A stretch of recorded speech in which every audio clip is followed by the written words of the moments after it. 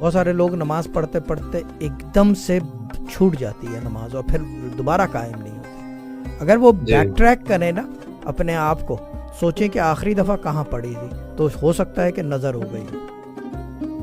اور اس کا بھی طریقہ ہے نماز کی نظر کا, میں ایک بتا دوں. بسم اللہ الرحمن الرحیم جو ہے نا, یہ آپ 19 ٹائمز پانی پہ دم کر لیں, اور دن میں اگر 5 ٹائم نہیں تو کم سے کم 2 دفعہ کسی کیری میں یا کسی تشلے میں وضو کریں اس پانی سے, اور پھر نماز شروع کر دیں دوبارہ.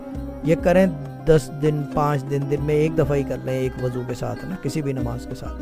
کوشش کریں ہر نماز سے پہلے وضو کیا جائے, کیونکہ ٹوٹ گئی ہے نماز, پڑھنے نہیں دیتے, رکاوٹ پیدا کرتے ہیں. کیونکہ نماز کے اپنے ملائکہ موکلات ہوتے ہیں. نماز کیونکہ فرض عبادت ہے نا, تو اس کے تو زیادہ سٹرونگ ہوتے ہیں, کیونکہ وہ باقاعدہ اس کچھ ہو نہ ہو وہ پڑھی جائے گی. آپ نہیں پڑھو گے تو احتشام بھائی پڑھ لیں گے, احتشام نہیں پڑھے گا تو میں پڑھ لوں گا. جہاں تک اس چیز کا, وہ بسم اللہ کر لیں, 10-12 دن کر لیں, 19 دن کر لیں, تو ڈاٹ تو بہتر رہے گا. نماز آپ کی دوبارہ قائم ہو جائے گی. لیکن پانی کا دھیان رکھیں کہ تشلے کے اندر جو ہے وضو کریں, اور اس پانی کو جو ہے کیری میں بہا دیں. ادروائز اگر کیری میں کر لیں تو زیادہ بہتر ہے, اور ظہر کی نماز کے ساتھ کریں تو زیادہ بہتر ہے.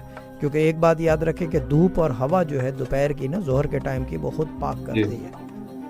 کیونکہ دھوپ اپنی آب و تاب پہ ہوتا ہے, اس وقت وہ لہر میں ہوتا ہے, اپنی جاہ و جلال میں ہوتا ہے, تو وہ خود پاک کر رہا ہوتا ہے. اگر اس میں کر لیں, باہر اپنے کیری میں یا صحن میں کر لیں, دھوپ کے اندر بیٹھ کے وضو 2 منٹ لگے گا, اتنے پسینے نہیں آئیں گے. کر کے وہ پانی کیری کے اندر ہی چلا گیا, تو پھر آپ نماز پڑھیں, دوبارہ نماز آپ کی بحال ہو جائے گی.